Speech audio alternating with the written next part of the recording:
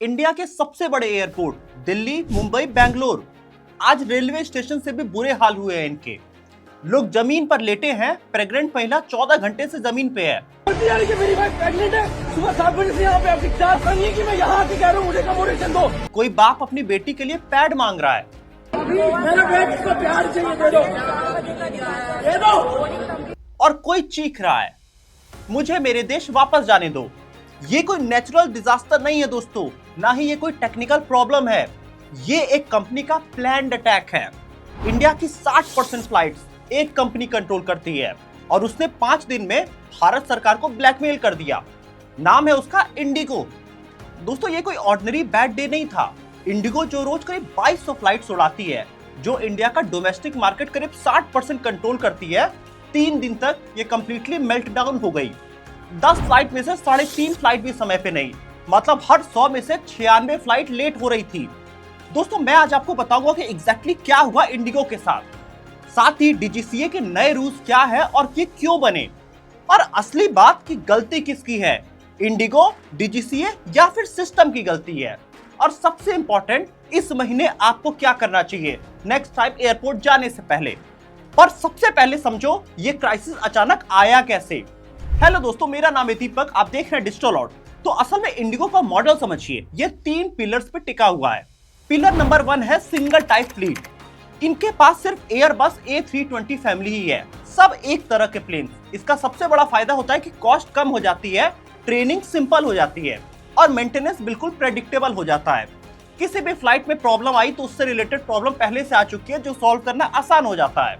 साथ ही short night turn around और late night early morning flight, मतलब मैक्सिमम यूटिलाइजेशन। एक प्लेन पूरे दिन में 24/7 उड़ान भरता है। दूसरा पिलर समझिए लीन स्टाफिंग। यहाँ पे रोस्टर इतना टाइट है कि बफर बहुत कम मिलता है। सिर्फ उतने ही पायलट और क्रू हैं जितने जरूरी हैं। नॉर्मल डेज में ये मशीन क्लॉकवर्क की तरह चलती रहती थी। Indigo standard time, on time या बिफोर टाइम हमेशा रही है, पर इस बार 4 प्रेशर एक साथ आ गए कंपनी के ऊपर। आइए वो चारों प्रेशर आपको बताते हैं। पहला प्रेशर, डीजीसीए का नया एफडीटीएल नॉर्म। ये क्या होता है? असल में 1 नवंबर 2025 से नए सेफ्टी रूल सरकार ने जारी किए। पायलट को वीकली 48 घंटे रेस्ट मिलेगा, जो पहले 36 घंटे था। साथ ही नाइट फ्लाइंग विंडो 12 से 6 तक, और पहले 5 बजे हुआ करता था। और नाइट लैंडिंग मैक्सिमम 2, जो कि पहले 6 थी। इन सब का रीजन था पायलट फैटीग, सेफ्टी रिस्क काफी ज्यादा होता जा रहा है, और ये रूल्स ग्लोबली एक्सेप्टेड और बेस्ट प्रैक्टिसेस हैं। इंडिगो के ऊपर दूसरा प्रेशर था विंटर ऑपरेशन का।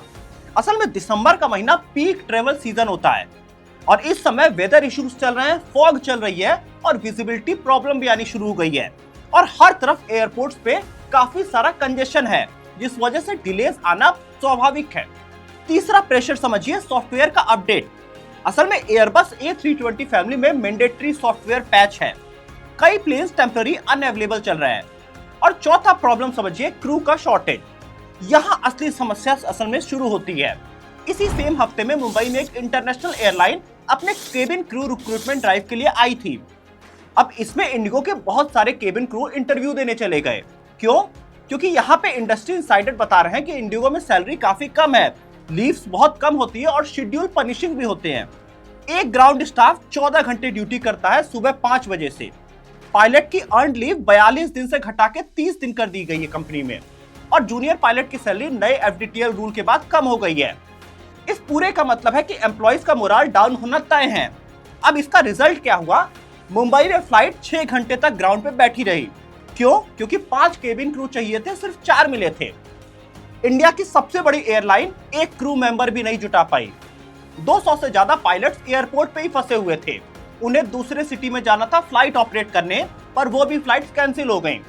उनको ईमेल आया कि आपकी क्वेरी सॉल्व हो गई है, आप फ्लाइट में ऑपरेट कर रहे हैं, बट कौन सी फ्लाइट? पायलट तो एयरपोर्ट पे खड़ा हुआ था बाहर। अब देखो नंबर्स क्या बोल रहे हैं दोस्तों, उससे आपको समझ में आ जाएगा। 5 दिसंबर 2025 को ऑन टाइम परफॉर्मेंस अगर देखिए तो इंडिगो की थी 3.7, अकाशा एयरलाइन की थी 79%, एयर इंडिया की थी 73%, अलायंस एयर की थी 73% और स्पाइस जेट की थी 62%। अब इंडिगो जो हमेशा नंबर 1 था, वो यहाँ पे वर्स्ट बन गया है। पुणे एयरपोर्ट पर तो पैसेंजर 2 घंटे फ्लाइट के अंदर ही फंसे रहे। पायलट को पार्किंग बे नहीं मिल रही थी। Patna Delhi flight direct cancel, passengers को भुवनेश्वर रीरूट किया गया और वहां भी फ्लाइट नहीं मिली। एयरपोर्ट पे कैओस हो गया, पैसेंजर्स को गुस्सा आया और स्टाफ ग्राउंड पे चिल्ला रहे थे। अब सवाल असली आ गया कि ये किसकी गलती है, इंडिगो को ब्लेम करें? जी हाँ, असल में डीजीसीए ने नया रूल जनवरी 2024 में अनाउंस किया था, जिसका फेज 1 जुलाई 2025 में पूरा होना था और फेज 2 नवंबर 2025 से। मतलब इंडिगो को 11 महीने से ज्यादा का टाइम मिला प्रिपेयर होने के लिए। बाकी एयरलाइंस, एयर इंडिया, आकाशा सब रेडी थे, बट इंडिगो बिल्कुल भी तैयार नहीं था। क्यों नहीं था? क्योंकि कंपनी कॉस्ट कटिंग मॉडल पे ही तो चलती है। एम्प्लॉय के एक्सपेंसेस आज 10% हो गए उनके रेवेन्यू के, जो पहले 8.98% थे। इंडिगो नहीं चाहती थी कि ये बढ़े, इसीलिए कंपनी 6 महीने से हायरिंग फ्रीज करके रखी है और विंटर शेड्यूल 10% बढ़ा दिया, पर पायलट्स नहीं बढ़ाए। अब इसमें डीजीसीए को ब्लेम किया जाए क्या? हाँ, आधा ब्लेम डीजीसीए को भी जा सकता है, क्योंकि रूल सही है, सेफ्टी फर्स्ट है, पर इन्फोर्समेंट कहां थी? नवंबर में इंडिगो ने 1200 फ्लाइट्स कैंसिल करी थी एफडीटीएल इश्यूज की वजह से, और डीजीसीए ने उस समय कोई एक्शन नहीं लिया। क्यों? क्योंकि वेट करना था क्राइसिस होने का, उसके बाद डीजीसीए को जवाब देना था। असल में असली प्रॉब्लम दोस्तों डीजीसीए के अंदर भी है। डीजीसीए के पास कम मैन पावर है, जो कि उनका ऑडिट वीक कर देता है।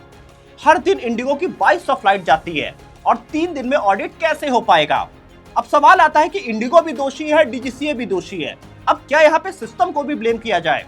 अब इंडिगो और एयर इंडिया मिलकर भारत का 80% डोमेस्टिक मार्केट पूरी तरह कंट्रोल करते हैं।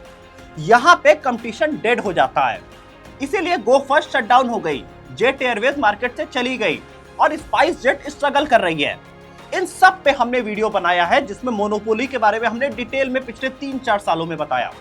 बट ना ही कंपनियों की अकाउंटेबिलिटी है और ना ही गवर्नमेंट के रूल्स की अकाउंटेबिलिटी है। जब हमको ये प्रॉब्लम दिख रही थी तो गवर्नमेंट को तो पहले ही दिखनी चाहिए थी। अब जब इंडिगो के पास मार्केट में कोई कंपटीशन ही नहीं है, तो इंडिगो सोचती थी कि अल्टरनेटिव क्या है तुम्हारे पास, और इसीलिए इंडिगो ने इतना बड़ा मेस खड़ा कर दिया मार्केट में। पर फाइनली गवर्नमेंट को जागना पड़ा, क्योंकि लोग सड़कों पे परेशान हो रहे थे। 6 दिसंबर को टिकट के प्राइस 60,000 तक पहुंच गए। इसके बाद गवर्नमेंट जागी और गवर्नमेंट ने एयरफेयर कैप लगाया 500 किलोमीटर तक 7,500, और उसके आगे 12,000, और उसके आगे 15,000 और 18,000 तक। और साथ ही डीजीसीए ने इंडिगो के सीईओ पीटर एल्बर्ट्स को भी शो कॉज नोटिस भेजा है, 24 घंटे में जवाब दो। और सिविल एविएशन मिनिस्ट्री ने कहा कि सारे पैसे लोगों को अगले 48 घंटे में रिफंड करो, जिसमें से आधे से ज्यादा कंपनी ने कर भी दिए हैं। अब एविएशन मिनिस्ट्री का कहना है कि इस पर हाई लेवल इंक्वायरी होगी, और अगर इंडिगो की लापरवाही हुई तो उसमें इंडिगो की सजा भी मिलेगी। और एट द एंड सरकार ने वही किया जो इंडिगो चाहती थी। इंडिगो को मार्केट में राहत मिल गई, क्योंकि डीजीसीए ने एफडीटीएल नॉर्म फरवरी 2026 तक रिलैक्स कर दिए। एग्जैक्टली वही जो इंडिगो चाहती थी। अब सवाल है कंपनी को क्या करना चाहिए? यहाँ पे कंपनी के पास हमेशा 10 से 12% बफर क्रू होना चाहिए, और कंपनीज का एज पर रोस्टर नहीं, बल्कि एक प्लानिंग के साथ सॉल्यूशन निकालना चाहिए। साथ ही डीजीसीए को भी रियल टाइम मॉनिटरिंग स्ट्रेंथन करनी होगी आगे आने वाले ऐसे प्रॉब्लम से बचने के लिए। और डीजीसीए को सारे कंप्लायंस चेक एनुअली नहीं, मंथली करने होंगे। गवर्नमेंट को मोनोपोली तोड़नी होगी, ज्यादा एयरलाइंस को इनकरेज करना होगा और ज्यादा कंपटीशन लाओ। लेकिन दोस्तों हमने कई वीडियोस बनाया है जिसमें अभी तक की सरकारों ने एयरलाइन इंडस्ट्री पे कोई खास काम नहीं किया है। आप वो सभी एयरलाइन इंडस्ट्री से रिलेटेड वीडियो जाके देख सकते हैं। और इसीलिए प्रॉब्लम आज हमारे सामने आके खड़ी हो गई है। ना ही एयरलाइन कंपनियां पैसेंजर को प्रॉपर राइड देती हैं, ना ही सेम डे रिफंड देती हैं, ना ही हैसल फ्री ट्रेवल देती हैं। यहाँ एयरलाइन वर्कर्स को भी ट्रीटमेंट मिलना चाहिए, उनका भी बिहेवियर इंप्रूव होना चाहिए, और साथ ही उनको भी बेटर पे मिलना चाहिए और शेड्यूल्ड लीव मिलनी चाहिए। अगर क्रू हैप्पी होगी तो यहाँ पे पूरी तरह ऑपरेशंस हैप्पी हो पाएंगे।